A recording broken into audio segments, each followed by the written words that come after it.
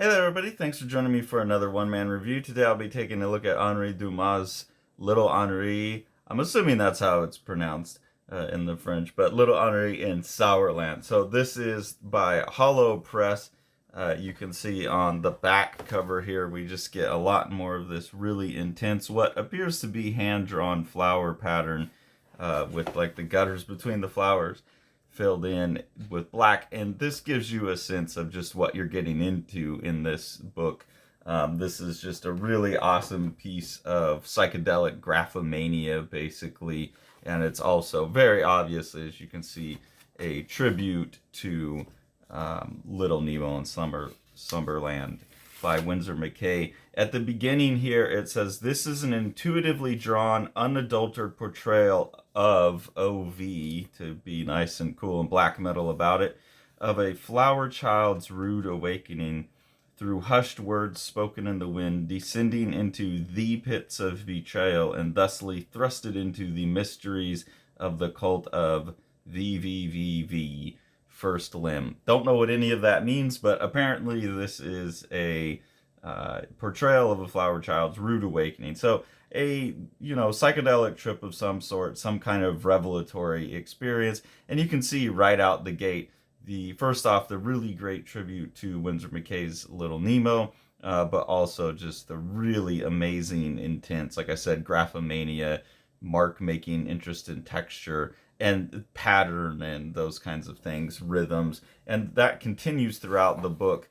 With lots of different types of psychedelic patterns, these swirlies, lots of different textures, and then just all kinds of cool monsters.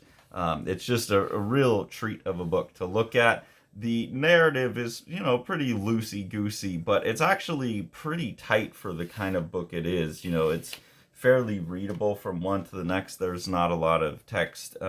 So I feel like a lot of these books that have this kind of psychedelic mark making and things like that get a little bit too dense for me to read oftentimes, or just like the words don't make any sense. They have a little bit too poetic of a spirit for me, and this doesn't have that. This is a pretty straightforward surreal tale, and you can unpack more out of it if you want. But I think really it's just, again, about the visual effects on display.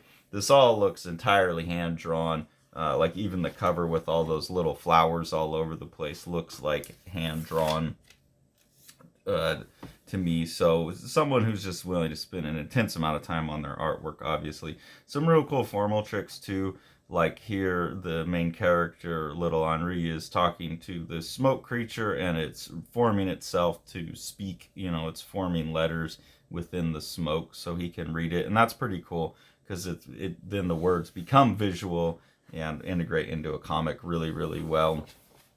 Here's just a couple more fun pages that I think would sell people on the book here, with these psychedelic loops, the character completely unraveling and being brought back together again, getting dumped into this here and talking to this big crazy monster that's been hanging out at the top, this moon monster up top all along. A lot of the stippling techniques on the monsters remind me quite a bit of what you see in Mizuki's work, where you get that intense stippling to get the value work, and then he combines that with his yokais. So there's a lot of that in some of these pages.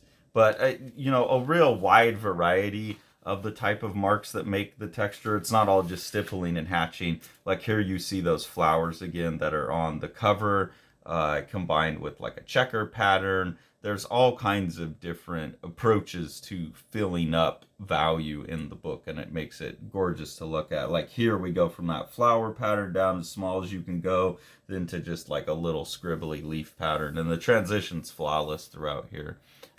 So that's a look at the book. It's just really gorgeous. Like I said, you're going into it for the art. The story's readable, but I don't know, to me, I think these type of things where they're like revelatory tend to be revelatory to the artist, but I'm not the type of person to try and go unpack meaning out of something like this, because it seems pretty particular to the artist's own experience. There's definitely some archetypal imagery in here as well, with like the Tower of Babel and whatnot, but I don't know, this, even though the thing at the beginning suggested kind of a mystical revelation, I don't feel really any need to unpack the book in that way. It's just pure visual joy. So I highly recommend that you get this from Hollow Press. This is, the first edition is a limited edition of 650 prints. It's been in print since 2019, and I was still able to get a copy, but they must be running low. The only thing I'm going to say, and this is just a general comment about a Hollow Press, I don't know if it was just this particular shipment I got from them, but the books I got came in really beat up. It wasn't just that the box had been beat up, it was packaged like really funny. It wasn't even really in a box. Like this book here that I'm going to do a review on got really beat up as well. You know, I had a number of books, and a lot of the books that are, you know, limited edition like this, like nice pieces, 650. I think one of them's a limited edition of like 100 or something, 150 copies. And it was packaged like not even in a box. It had like a odd shape because they had like kind of made a box out of other pieces of other boxes with like packing tape all over and just kind of an exposed hole. So it wasn't shipped very well, and they're pretty beat up. I would think that, you know, a press dealing in really limited run artist edition books like this would take a little bit more care with their packing. So I would make sure that when you do order that you know, put that in the extra notes, like that. You know, I've seen some horror stories with your guys packing, so please make sure you do a good job. Or, you know, let them know, hey, I have crappy postal workers that are going to beat my stuff up, so take care with it. Because the packaging job on this was just not up to par with the type of product that they were sending out. And the postal system obviously is going to do what the postal system does, so a little bit more care would be taken. I'm not a huge freak about my books being perfect, but on something like this with the amount of damage that got in, it just seemed a little excessive. So anyways, definitely go get the book and support what Hollow Press does. They have a lot of cool books. I have a couple more that I'll be reviewing. Check them out. For people who are really interested in especially like insanely detailed artwork, there will be a lot of artists there that you enjoy.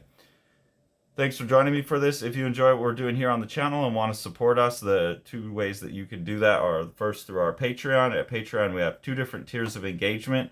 On the first tier, you just get early access to our videos. At the second tier, you get exclusive previews of the books that Sean and I are working on, previews of some of our private artwork that we do, as well as the ability to participate and help determine what happens next in our ongoing Prenay Day webcomic experiment.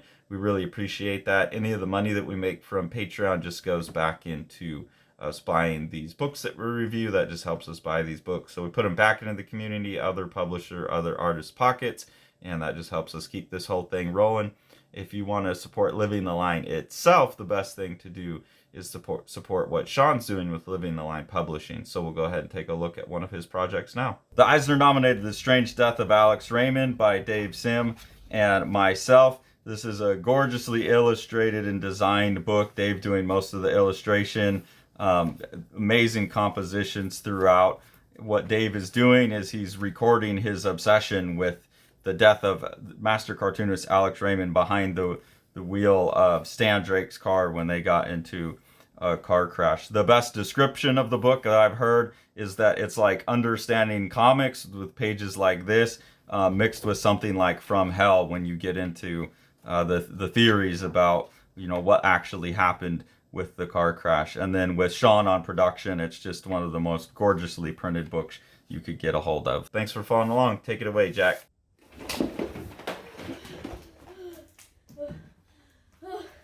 Like and subscribe and hit the bell.